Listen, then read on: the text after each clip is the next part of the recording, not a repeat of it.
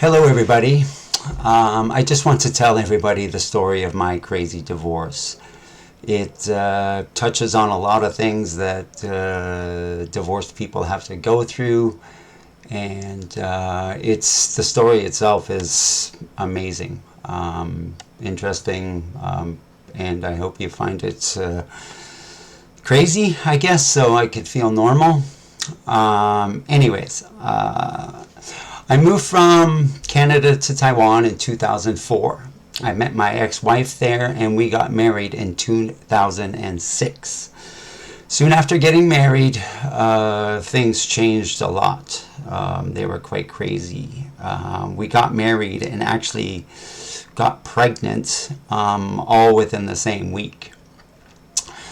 But after we got married, things changed a lot. She would get angry all the time, like brutally angry, screaming. Every couple of months, something would happen, and sometimes cops would show up at my place in Taiwan, and other times she would just leave, and I would have the kids for a while. She would go to her parents and stay there for a few days, sometimes up to a week, and she wouldn't go home. And her parents would tell her to leave, and she would not leave. So, this went on for years and years. In between the arguments, everything would be okay, but I would always have to be careful. I didn't know when it would happen. It would just come out of nowhere sometimes. So, and the thing is that because I was in Taiwan, even if I wanted to get divorced, I would never have been able to take my kids out of there. I had a friend there that was in the same situation, and he was basically stuck in Taiwan because she wouldn't let him leave. So this is the predicament that I was in. So, something happened there. I didn't want to get into it, but I was going to tell you anyways. She started hitting me one day, going off crazy, and I turned around. She was hitting me in the back, just banging me. I turned around, I pushed her, and said, "Don't ever hit me. Don't ever hit." And when I pushed her, she fell down. I guess she had a mark on her back or something like that. And she went to social services in Taiwan, didn't tell me anything about it. So a week had gone by, and these people showed up at my door and said they were social service people, and that she said that I accused her of beating her all of the time or something, and that I found out that I would have to go to court. So, I mean, she had not mentioned this to me at all. I had no idea. We were already back to somewhat normal after that. So when she came home from work, I asked her, I said, "I have to go to court?" And she said, "Yeah, because I beat her." So when we went to court, I explained to the judge everything that had happened. And the judge asked her, "Is that true?" And she lied. Of course she lied. And I mean, to me, lying in court is something big. I would never do it. You can call me naive or whatever, but I mean, this is the first time I've ever gone to court, so I was just blown away that she spit this out there like it was nothing. Like, so after that, I didn't actually even go home. So I should say, she got a restraining order from that judge against me, but I was able to sleep in my house that night if I wanted to, if that makes sense. I have no idea. But I didn't go home for a couple of days. I was completely blown away by what she did. So that's when the seed started hitting me in the face. I got to get my kids out of here. So, when things were good, I would kind of be floating the idea to her, like, hey, maybe we should move back to Canada. I had already been in Taiwan for quite a while at that time, 8 years, I guess, when this had happened. I would have ended up being there for 10 years. So I also thought that bringing my kids back to Canada would be better for them. They would obviously have a better upbringing there. As in Taiwan, it was busy. Let's just say it was busy.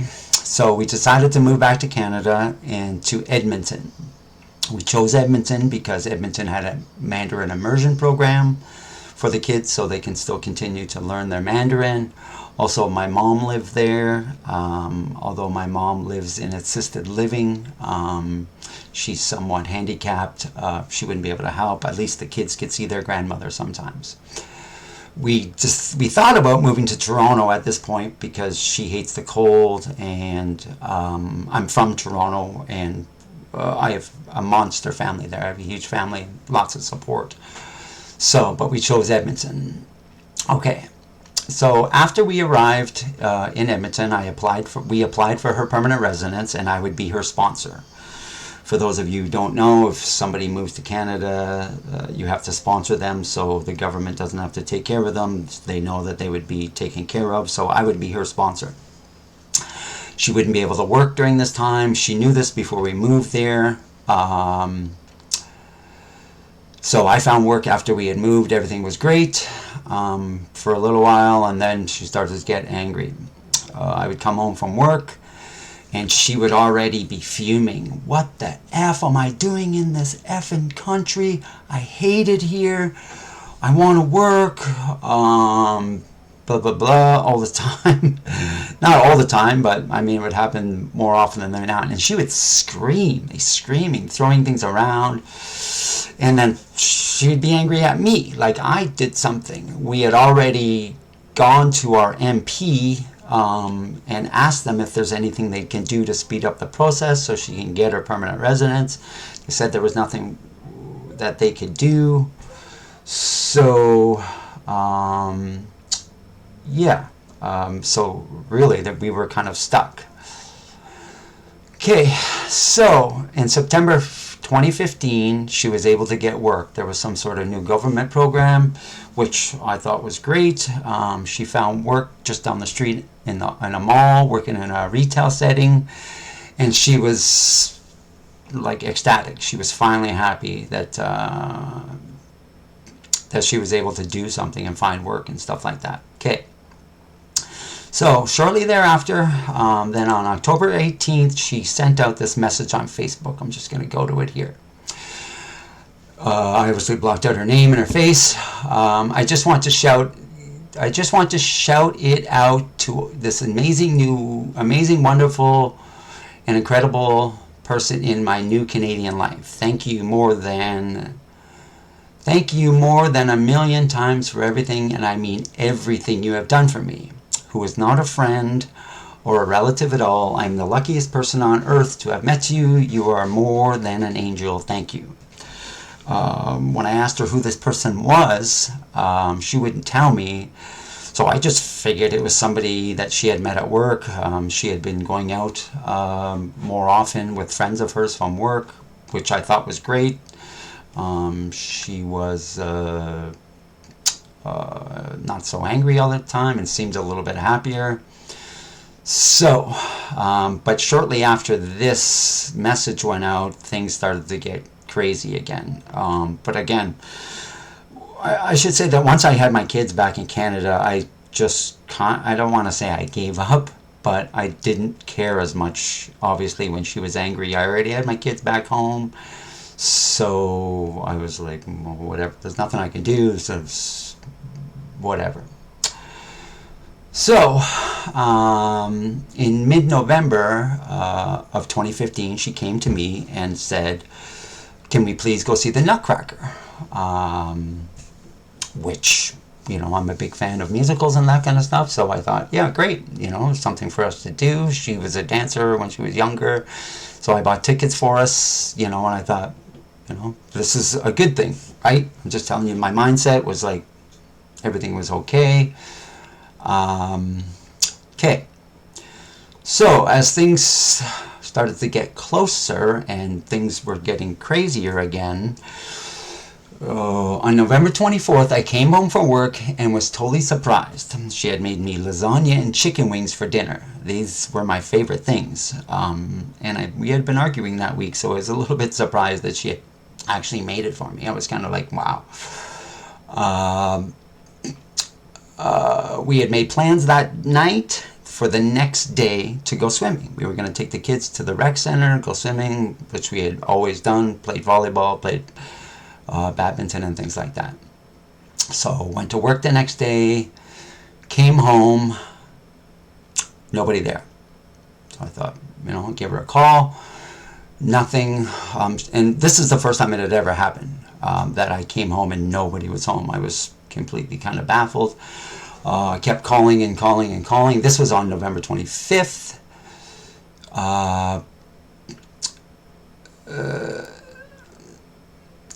It was. I was kind of flabbergasted at what was going on. She finally sent me a message at about, I believe, around 9:30 that night, saying that she won't be home and for a few days and not to worry.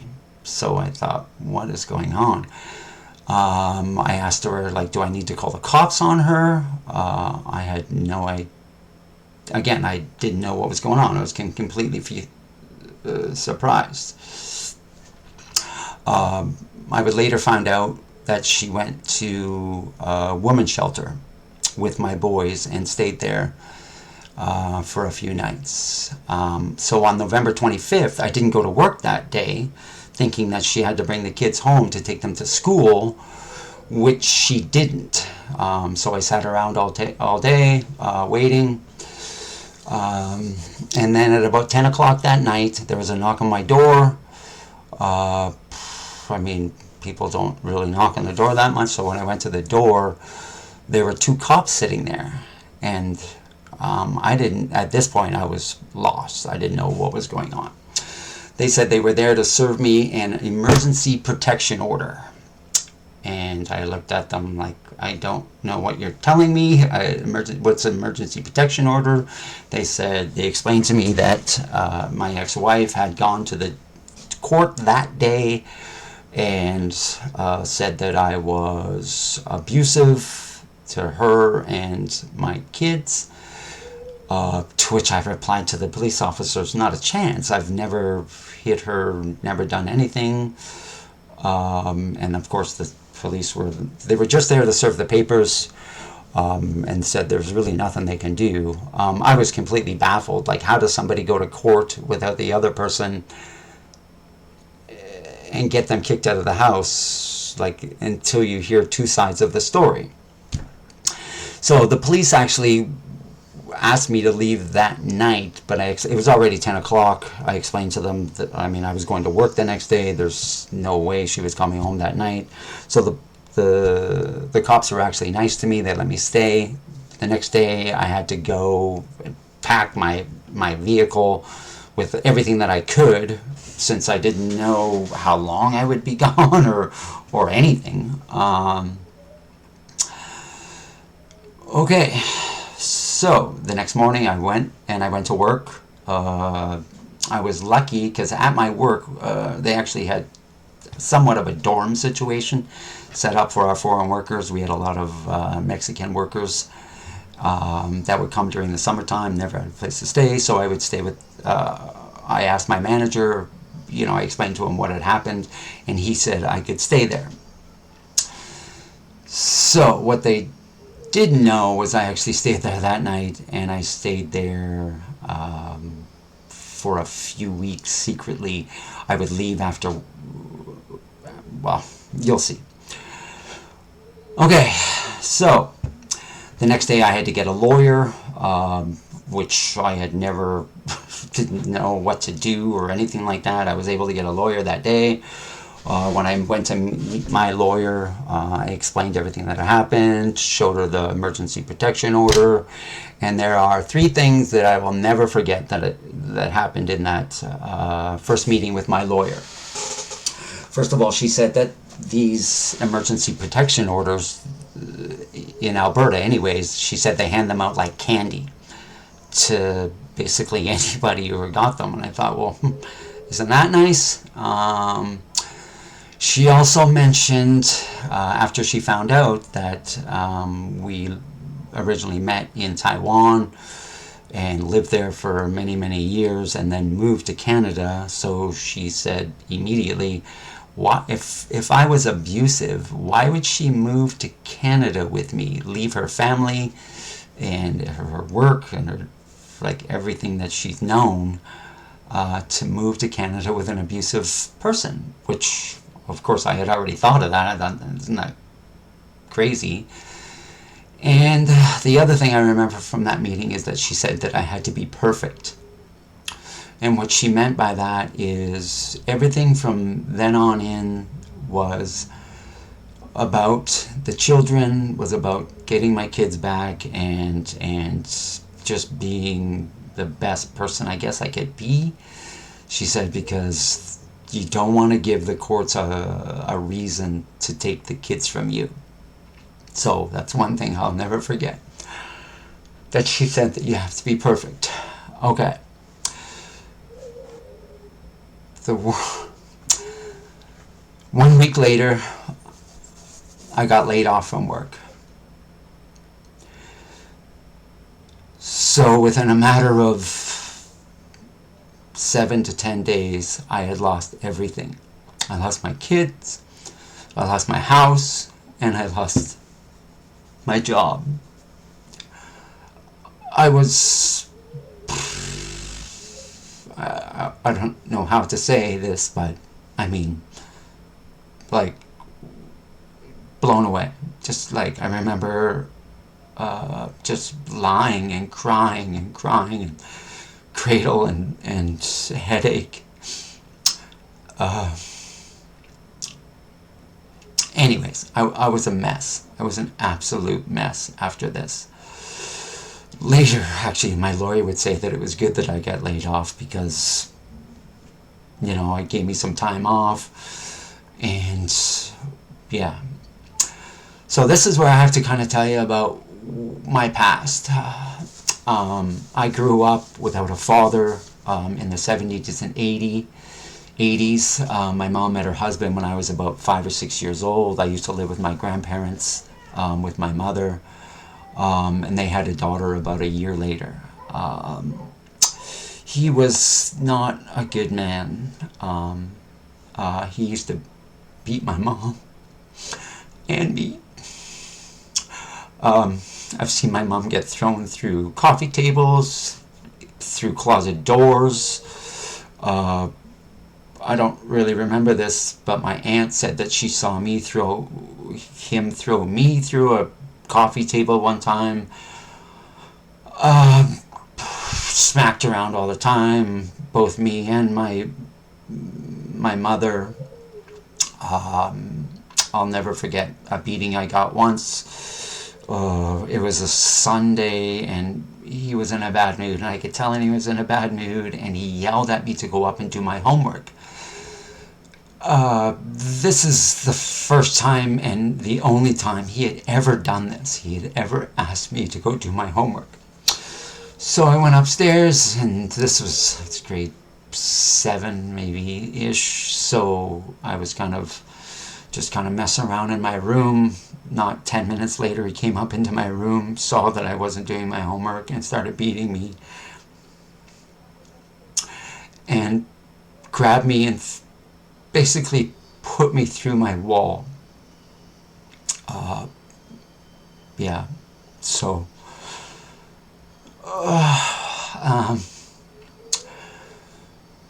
like I said, he was just not a good man. Never paid his bills. We moved around a lot when I was a kid. I went to 10 elementary schools.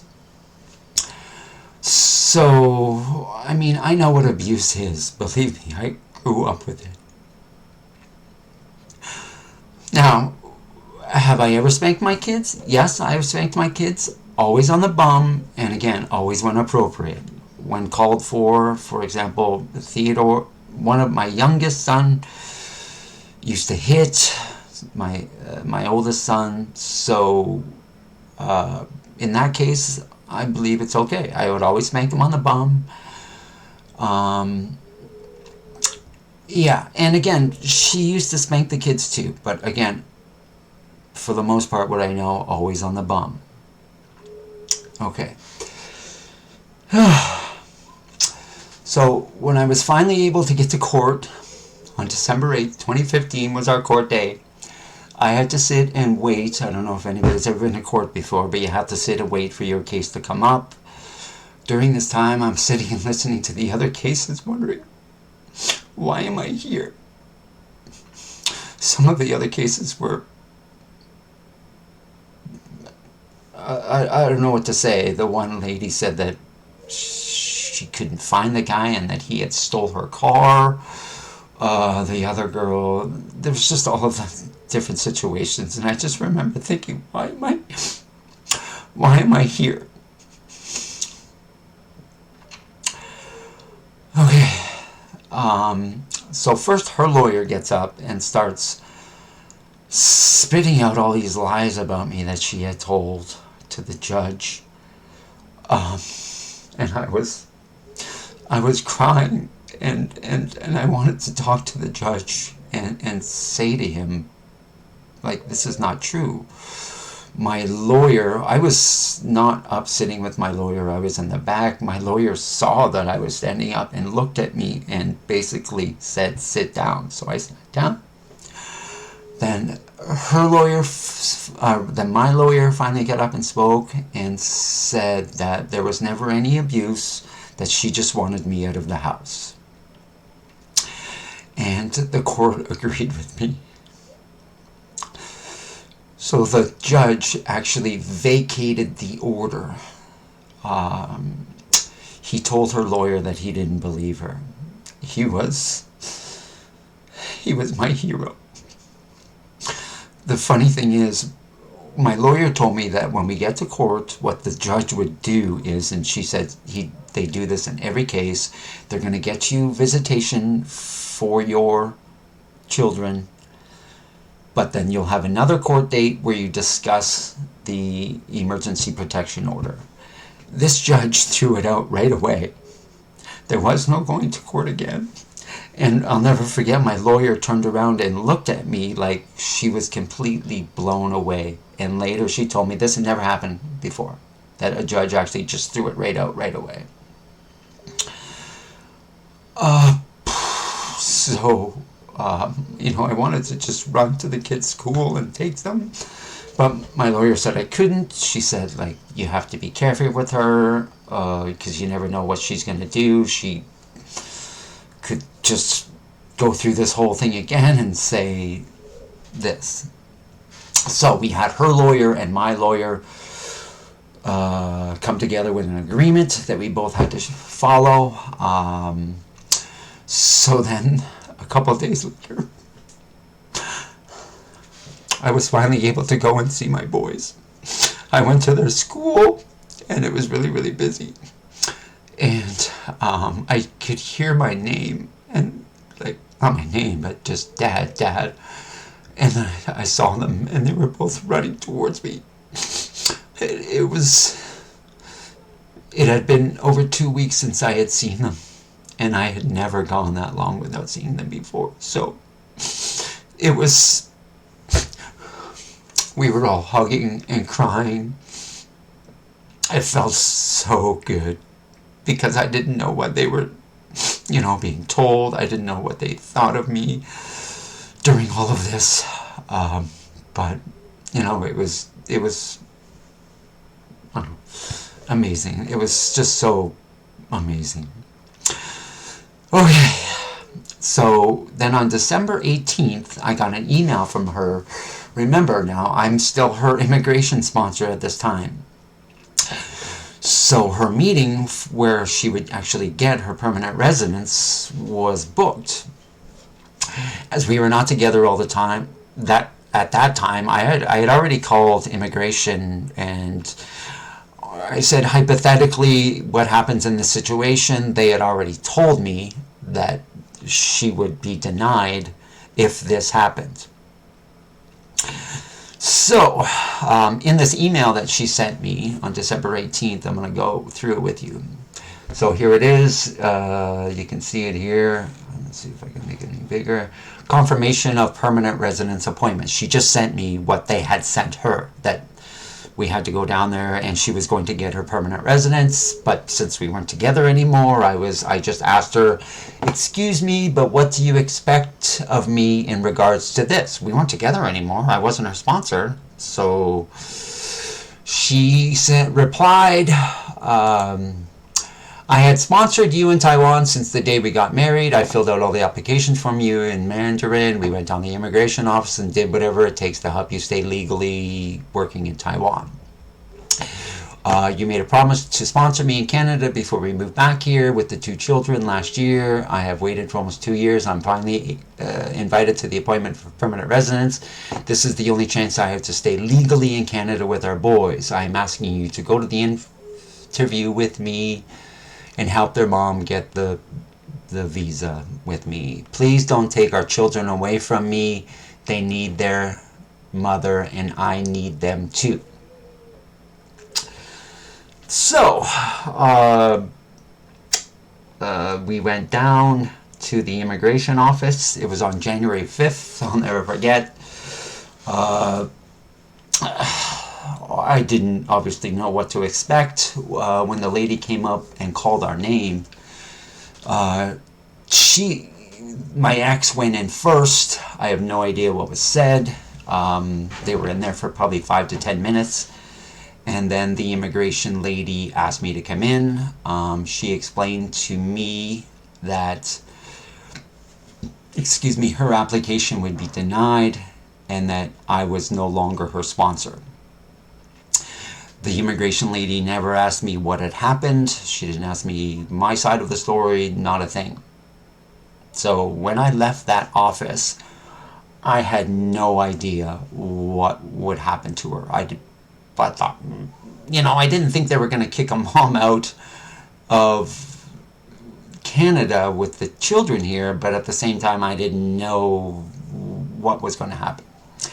So later on, about a year later, she told me that the lady I felt sorry for her, and so she gave my ex-wife a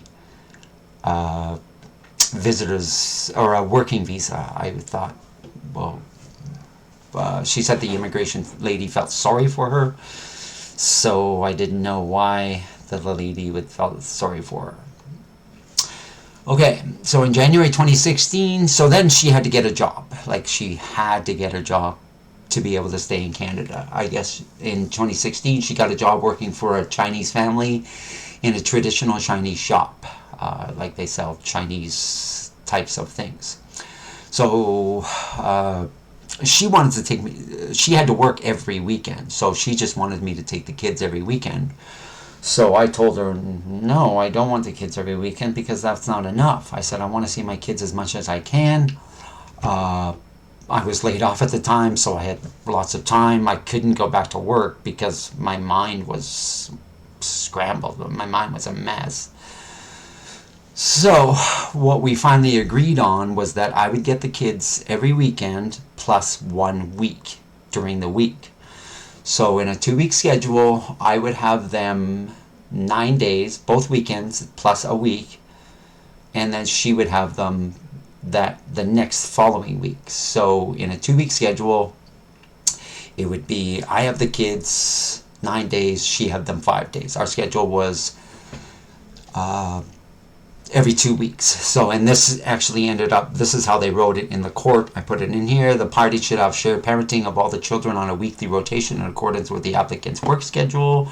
The applicant shall have the children from Sunday evening at 7 p.m. when I drop them off until Friday morning when she drops them off at school. And then they would come right home after. As I had moved right back into the area, I think I didn't bring that up. I moved right back into the area as soon as I could. So in January 2016, I was right by the kids' school. And we had moved into a 3-bedroom place, so the kids had their own rooms. I was able to get a pet for us, because my ex would never allow us to have a pet, so the kids were so happy. They had their own rooms. They had a pet finally. They had never really been around cats before. They loved our cat. Yes. But regardless of this 14-week schedule, I would get the kids, and you'll see quite often. She would always cancel, and then here is a text message that she sent me. I am sick with the flu. Can you please take them for a week so they don't get sick? So this would happen all the time. She would just say she had a headache or get sick, and I would I would get the kids. So in February of 2016, the lease was up on our apartment that we had both been staying in. She had already taken my name off the lease, or I had to go take my name off the lease so I could go and get into my other place. And she moved into, she didn't tell me where she was moving. I just found out later. She moved into a place that her new employers, the Chinese people, used. It was a townhouse. They used it as a warehouse, apparently. I found this all out later. And that she rented 2 rooms for them. She was only allowed 2 rooms and to use the kitchen. And so she would finally tell me where it was. She called me up in the middle of the night one time.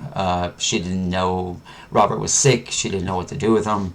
So she asked me to come and take him. So I came to take him, and that's how I found out where it was. I should say that her employer's sons, I guess, lived at this place. I found this all out later. And again, later I would find out that her sons had a dog, and she said that they never walked the dog, and that the boys told me later that this dog would shit all over this poop all over this house, and that no one would clean it up for days. So this is what she moved into. She would later confirm this to me and tell me that yes, that there was dog duty everywhere. So the next few months, everything I guess maybe seemed to be calmed down. I thought everything was good, but a few times, the one time she came and, well, I guess I'll get to that later. So she would call me sometimes and say that she couldn't handle the kids. She would be gone crazy. Here I wrote, on May 17th, the children just showed up at my door one time, like I had no idea, and they were crying, and they said that their mom had just dropped them off, and they had told her that they didn't want her, or that she didn't want them, and that she was moving back to Taiwan. About a week later, she came back and said, begged the kids to go back with her, and the children did. I never stopped them from seeing her ever, but so a couple times she had called me. At this point I was recording all of my phone calls with her, but I want you to listen to them to see what you think. Can you please come and pick them up? Because none of them can stop crying. Okay, we have to talk because I cannot have them. They cry every day at my house, every day, every single day. In the car, in the house, I can't have them. I'm going crazy, okay? Okay. Can you please come and get them? Where at your place? Here's another one. I'm taking Theodore to your place right now. Why? Because he won't sleep. He won't listen. He makes everybody in the house cannot sleep. You have to take him, okay? And then he can stay with you there.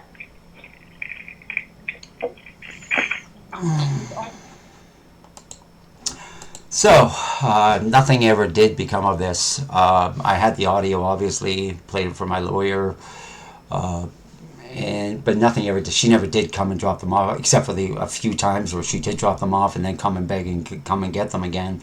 This happened quite often. Okay. So during this time, I wasn't working. I couldn't. I would break out into crying sometimes. I was basically I just couldn't believe everything what had happened. I was in my mind. I was gone nuts. I couldn't believe that I had been thrown out of my house, and that I lost my kids, and that I lost my job. So I mean, I was lucky that I had gotten laid off. And then I had so much time with the boys. So we actually went camping a lot that summer. And we've gone camping a million times since then. So many times. I don't know. And traveled so many times. So, okay. So in August 2016, I finally went back to work. It was a shitty, tough job. Really, really hard. But it was just all, I knew I could go there. I knew I could just tell them I wanted to work. Really no interview process. They would just hire anybody. Because I didn't want to get into everything that I had been through in the last, whatever. So, even when I did start work, I would just sometimes I would just start crying. I was quiet. And the guy I work with the most, Justin, was great. He never, I don't know, he always was very understanding. Even I'd be crying at work and, he would just leave me alone. So, but a few days after that, I got this email from her. I just quit my job today. I don't know. This is August 29th, 2016. I don't know when I will find a new job. I can't afford to pay for daycare, the rent, or anything for now until I have a job. The divorce will be done on November 23rd, 2016. We will officially end our marriage, and you don't need to worry about me taking a penny from you. I can't agree to anything yet because of my current situation. I may have to live with a friend just for now, for the time to go by, and the kids might need to stay with you for as long as it takes before I can afford a place for them, or I will have no choice but to take them to the women's shelter again. So, I ended up having the kids from this time for 6 months straight. Yeah, and during this time, she would go and see them at school, and take them out of class sometimes. Yeah, so in December of that year, I actually had a really bad accident at work. I fell on a concrete pad and I broke 4 ribs and I broke 4 bones in my back. She had the kids that time, so I had to call her to come and get the kids. She brought the kids to the hospital so they could see me, and when the kids saw me, they both started crying. They were and I remember hugging and we were all crying, but they just had never seen me like this before. I couldn't move. And I was off for work for about 4 months. So I found out later what had happened with her when she quit her job. She never quit her job. The company actually shut down. They had kept telling her that they would be her sponsor, and they never did. So she went into work, I guess, one day, and it was all shut down. Nothing was there. So, like I said, and that's why I had the kids for 6 months. Later on, she found work at M&M Meats around the end of December 2016. She still had to work every weekend.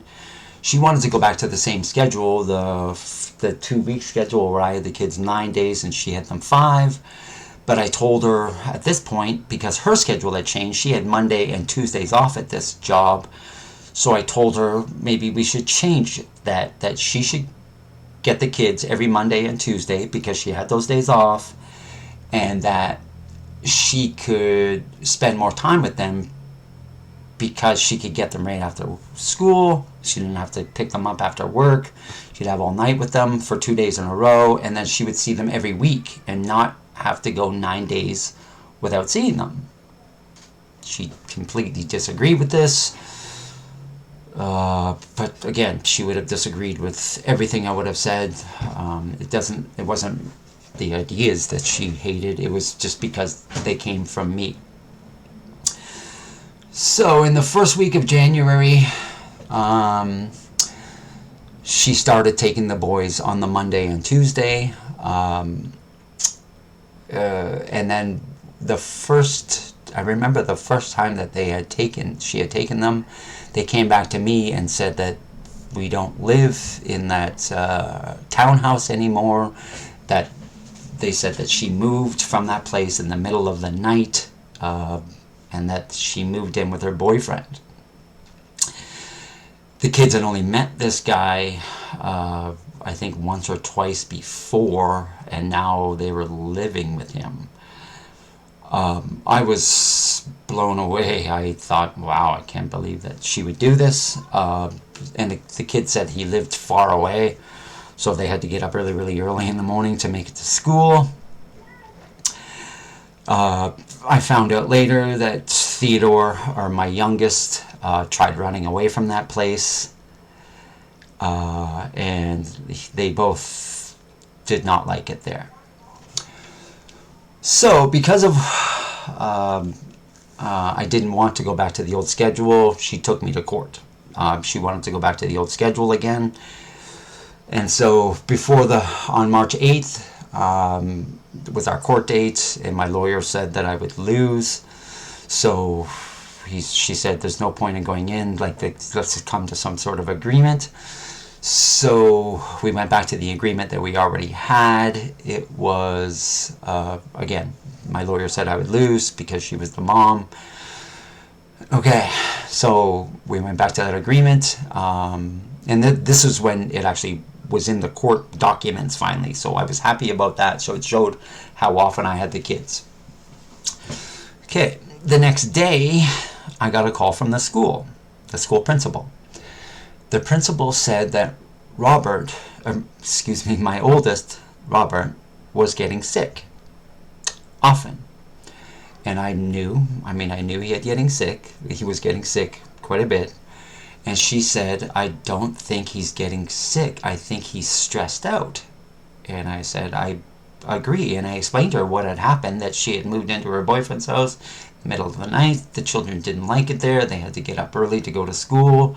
They were living with some guy they didn't know. And the principal was like, oh, okay, well, I understand. So she got off the phone with me, called my ex-wife, explained what she thought, what was the problem. And so one day, after we had paid our lawyers to come up with this new agreement, she agreed to have the children come and live with me again, full time. Basically that day I would get the kids again. And what our idea was, or what our agreement was that she would take the kids on her time, that same Sunday night to Friday night, but she would come over and take them. And she would come and take them. They'd go to the park and go do things together, go to the rec center, go swimming. She just said she would come and take them. So I agreed. I said, yeah, great. No problem. Come and get the kids, take them. So on the first day, she came over. She just came in my place and just wanted to sit there with them. So the kids were playing in their room. My ex-wife was there, and I was just kind of doing work. So it felt so weird. So I just left. I just got up and left because this wasn't what we agreed on, but I didn't want to argue at the time. I just, not with the kids there.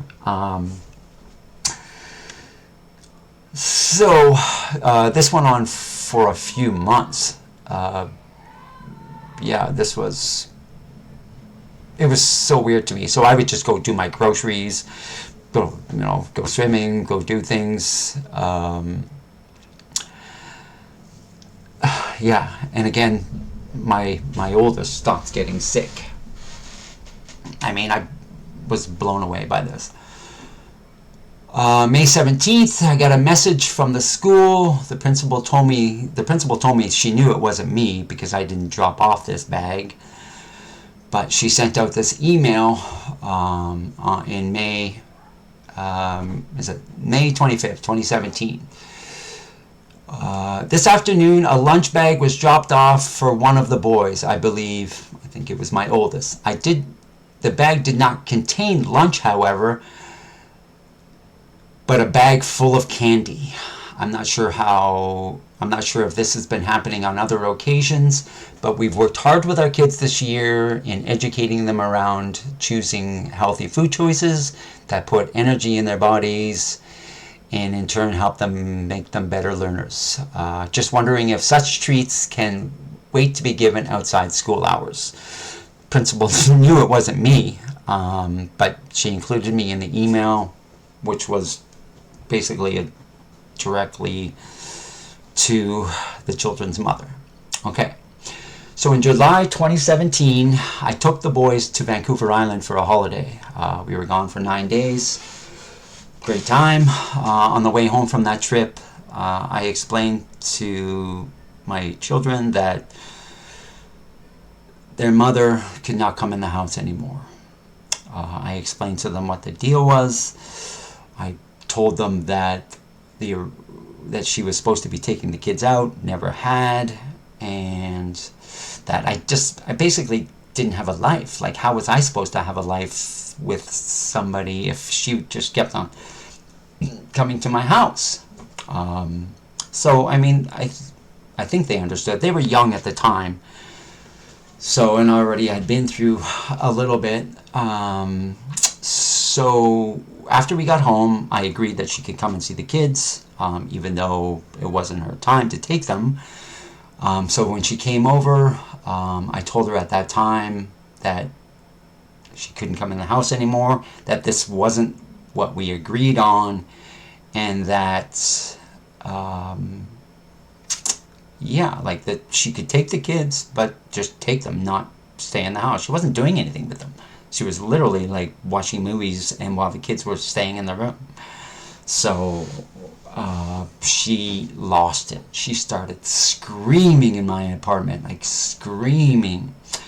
And I told her she had to get out. The kids were like crying at this point, watching her. She was carrying on. So basically I had to kind of take her out of my house as best I could. She started banging on my door after I had got in and locked it. She went down to the buzzer in our apartment, beep, beep, beep, kept beeping it. Like, this went on and on and on. She came around to our balcony, was screaming at our balcony, and she kept calling me, calling the kids, and I just wanted to play one of those audio clips for you where she's talking to my youngest. Now, my youngest was about 7 years old at this point, and as you can see here in the audio, she doesn't seem to care. I need to talk to you about something very private. Okay? Your father just told me last time I can come and see you. Yeah, isn't that trust you? What do you think about that? I don't know. It's not okay. It's killing your mother.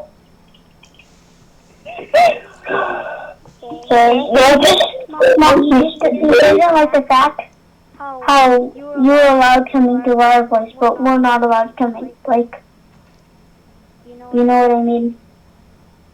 He doesn't what? He doesn't like the fact where you're allowed to just come into our place and Dad's not just allowed to come in your place. It's just like, he says it's like a little bit no fair. Really? Then did you ask him how come Mommy gave birth to you, but you didn't give birth to me? And then you think that you said what you have to do, what you want to do, and Mommy does it. You came out of my belly, not his belly. I carry you 9 months, not him. Why is it fair to me that he gets to see you and I don't? And people didn't go through all the pain in labor. Yes, is that fair? I guess so. That's not fair, right? Mommy cut my tummy open 7 times. I bleed a lot to give birth to you and drop. So, as you can see there, she's laying on the guilt pretty thick. I cut my belly open for you. Wow. So, what had happened after that? She knew the kids didn't want to live where she was living, so she actually moved back into the area of the children's school, and that in August, the kids just went back to her. I didn't stop them. We went back to the same schedule that we had had. She obviously knew the kids didn't like living where she was, so she knew she had to move out. So she found a place. Okay. So in the fall of that year, in October 2017, she took my oldest son from the children's school and took him to a therapist's office. Without my knowledge, I didn't know at the time. So I was at work. The children's school had called me and told me that she took the kids, and I was kind of angry at them, like, what are you doing letting her take them? So I immediately left work. I explained to them I had to go get my kids. They were okay with it. So I think I kind of knew where she was taking them. So I went to the office. I saw them sitting there. This was my time with the children as well, so I grabbed Robert, took him, and said, let's go. He came with me. She started screaming in the office again, screaming, yelling at me in front of everybody. I mean, it was unbelievable. But so I went back to school, and because I was a little bit angry at them, like, how could you do this? They said that he wanted to go with her, so there's really nothing that they could do. The vice principal kind of calmed me down a little bit and said, therapy's not that bad, which I knew. So I decided, I was like, you know what? Let's do the therapy. I knew there was nothing wrong with my son, so we went back to the therapist. On the way back to the therapist, my son had said to me that, Dad, I think you should know that Mommy made me change my answer on one of the questions. And I said, I don't understand. He said, well, I wrote this question out and she made me change it. So I was kind of a little bit confused. I didn't know what he meant. But when I got back to the reception, or to the therapist's office, the receptionist still had that paper that she had filled out, and basically threw it at me and said, we already have this. And I don't know if she wanted me to see it or what, if she had heard anything before. So she showed me the paper, and this is what she had written. Blocked out all their names, of course. This is her writing. She said, my child is suicidal. My son was not suicidal. He was doing great at school. He was in sports. He had lots of friends, coming over all the time. He was always going out and playing. The school had never mentioned anything to me before of like him ever getting in trouble or anything like that. I knew he was good. I knew. So then on the next page, as you can see here, he had written a 7. Question, how happy are you right now? He had written a 7. I could see that there was a cross out and that she made him circle the 5. I mean, it was almost too much. Like,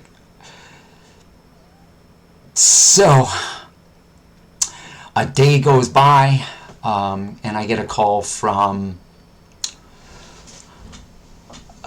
social services, and they said that, you know, the children's mother had called them. She said that my oldest was suicidal, and just because of the fact that he was suicidal, they had to do an investigation. So I explained to them that I had just gotten out of the therapist's office. The therapist, when we went into the therapist was, my son had talked for 20 minutes. Like, she had to cut him off. Like, he talked about how great his life was, of fishing trips, traveling, friends at school, books that he had read. You know, she was just, and then later on the side, she said, yeah, he's fine. Like, you know, he's just a kid. So, when social services called me, they said they had to do an investigation. I said, you know, go ahead. Like, so they called the school, spoke to all of his teachers, spoke to the therapist, and then a week went by, and the social services called me and said, yeah, we think your son's fine. There's no investigation is closed. And I remember asking her, so what happens with the children's mother? Like, is it okay for her to try and convince the kids that there's something wrong with them? I said, is there not anything that you guys do about this? Because she obviously was. And they said, no, like, there's nothing they could do. And I thought, well, wow, you know, thanks for the help. But I was, again, kind of like, wow, you know, she was obviously trying to make him feel worse than he was. So, in December 2017, my youngest showed up at the door, said that him and his mom had been arguing. She said to him, well, if you don't want to live here, go live with your dad. So he left. In the middle of a snowstorm, he just kind of showed up at the door, and I was confused. He explained to me everything that happened.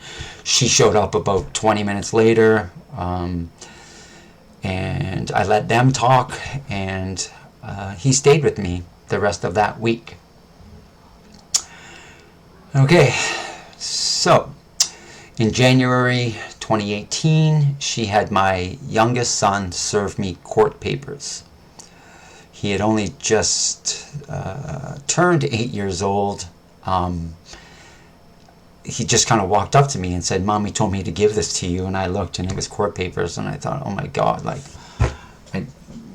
as you probably all know, you can't serve papers through your children. And there's ways that it has to be done legally. Well, she obviously didn't follow the rules. Now, she was taking me to court because I had actually moved. We had gotten a dog. We couldn't stay in an apartment anymore. The place I moved to was still somewhat in the area, on her way to work. And I had also changed the kid's school. We didn't have anything saying the kids couldn't change school. It was a brand new school. It had a lunch program, so the children would get fed, which was good for both of us. Brand new school. I thought great. You know, I explained to her that I told her about a month before we had moved that we were moving. I explained to her that she could drop the kids off at school because it was on her way to work. She could pick them up on the way. Nothing had changed. She would still get the kids. But so she wouldn't do it. She wouldn't go for it. And so we had to go to court. Before we went in the court, my lawyer said, there's nothing I could do, that I would lose and she would win. Didn't matter that the kids that she had, our youngest son, served me papers. So I gave in again. So what I had to do was, because we had already moved, I couldn't move back. She wanted the kids to go back to their original school. So because we had already moved, and where I had worked, I actually had to put the kids on a city bus to get them to school, which was right close to my work. They were in grade 5 and 6 at the time. And the first day I had to do it, I felt horrible because my kids had to take the city bus to school. I had spoken to the principal about it. She said it was okay, and that after school, because I still had to work, that the kids would go to there was a local library, the kids would go to the library. They had computers and all kinds of stuff there. The kids could go there and I would pick them up. So, their moms continued to believe that my oldest, Robert, was having psychological problems. She wanted to put him in this program called the Rainbow Program. It was for children that had problems with their parents having divorce. I knew my kids weren't having any problems. I knew they were doing great. But she took me to court again to do this, to take them and put them in this program. My lawyer said that she would win, so don't even bother trying to fight her. So what I had done was I had only included that I want the kids to see a child's therapist, psychologist first. And because, I 100%, I knew he was great, but her and I were not child therapists, right? Who are we to decide? So I said, let them go see a child therapist, let him decide what he thinks. All paid for by me, of course. So I took him to see a therapist 3 or 4 times, 2 or 3 times, I can't remember exactly how many. He said they were fine, that they were great, no problems. He said that it would have been bad for them to go there and see what all these other kids had going through, because he knew the Rainbow Program, obviously, right? So he said no. She finally agreed, so they didn't go. Now, it was around this time that I found out, now in Canada, we get this thing called the child tax benefit. Helps people with children raise their kids. Everything's expensive. So we had actually both been sharing it, 50-50. So I found out, because I had actually had the kids more than 60% of the time, that she actually wasn't entitled to it, the child tax benefit, because she had kept it when she wasn't working anyways. So she was getting all of this money and actually not actually using it on the children. So I phoned the child tax benefit, talked to the guy, asked him about it. He said yeah. I explained to him what it was and when I had the kids, and he said, is that in a court document? I said yeah. And he said, okay, yeah, you should be getting 100% of the child tax benefit. Because I was burning through money at this point. I had been putting the kids in sports. I had been the only one paying for all of their stuff. Summer camps, dentists, sports, prescriptions, everything. All paid for by me. I put them in dance programs, pottery programs, music programs. And so I was told that because of that, I had to send in all the receipts from all of that type of stuff. They said I had to apply for the full child tax benefit, sent in all those receipts that showed them, yes, I was the one taking care of them. I was the one paying for them. 2 weeks later, I get a letter in the mail. No, I don't qualify for the full child tax benefit. And I thought, well, what more could I do? I had the court document. I had all of the receipts, all of them, everything. I kept everything. And I remember thinking at the time that what there was no explanation given. So how do I know why I was denied?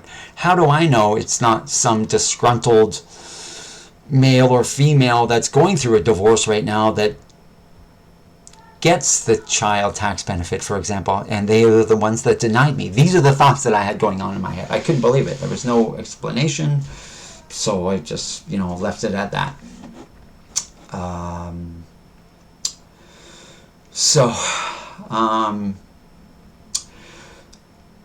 Being that I was from Ontario, I wanted to move back home.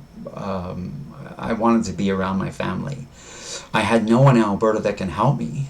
My mother was in assisted living, so there was really nothing she could do. So I didn't know what to do. I told her time and time again, I want to move, I want to take the kids. She would refuse. She would, all the time, she would say no, even though we had been to Ontario a couple times. The kids loved it there. She would say no, she wouldn't let them. Sometimes she would tell the kids, yes, they could go, only to change her mind. Okay. So in May 2019, I picked the kids up, and they had told me that that her application was denied. That she had been working with M&M Meats, and that they told her that her application was denied again. They said she was crying, and that she decided to move back to Taiwan, and that I could finally take them and move them back to Canada. So I decided to go to court about this. A couple weeks later, she said no, I couldn't take the kids back to Taiwan, and that she had found another job, and that they were going to sponsor her. So and my lawyer told me again, said no way, they're not gonna let them go. So I capitulated again, and at least this time with her new job, she was able to take the kids on the weekend. So after almost about 4 years, she was finally able to take the kids. So I did capitulate in this court case, and then we had a completely new parenting agreement starting that September in 2019. Okay, so what I should also tell you is that, and many of you have been through this, when you go through a divorce, you have to do this course in Alberta. It's called Parenting After Separation. I'm sure it's in Ontario they call it something else, because I had to take the course here. And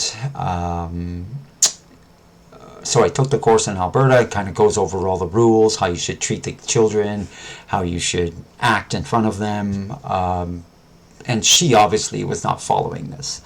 But during the years and years that would go by, she would send me text messages all the time, just like out of the blue. And I just wanted to give you some examples of what she would send me. You might not be a great husband, but you are definitely a better father a better father that you have. You should be very proud. Thank you for being a better dad for the boys. I will continue to do my best to be a better mom from them as well. To which I replied, I told her, she just sent the stuff out of the blue, like, stop sending me this stuff. I told the kids to tell her, like, stop sending me these messages. And as you can see, it was a worthy sacrifice to our marriage in exchange for a better future for them. Sorry, bye. Here's another one. I'm sorry, I should have never said yes to ruin your life. I am sorry, and I mean it. It won't happen again. Promise. Can you ever find forgiveness in yourself for breaking up this marriage? Here's a message that she sent my oldest son. Please forgive me for the A word. I just don't ever want you to grow up to be like that person. Can't wait for you to be 18. I'm sorry you should have to experience all of this, all these years to witness this. I'm sorry. basically saying I don't need abuse from him anymore. So she's obviously talking about me behind, to the kids, which again, you're not supposed to do. Why do they even have these programs? I mean, they pay government workers to do these programs, to put them together.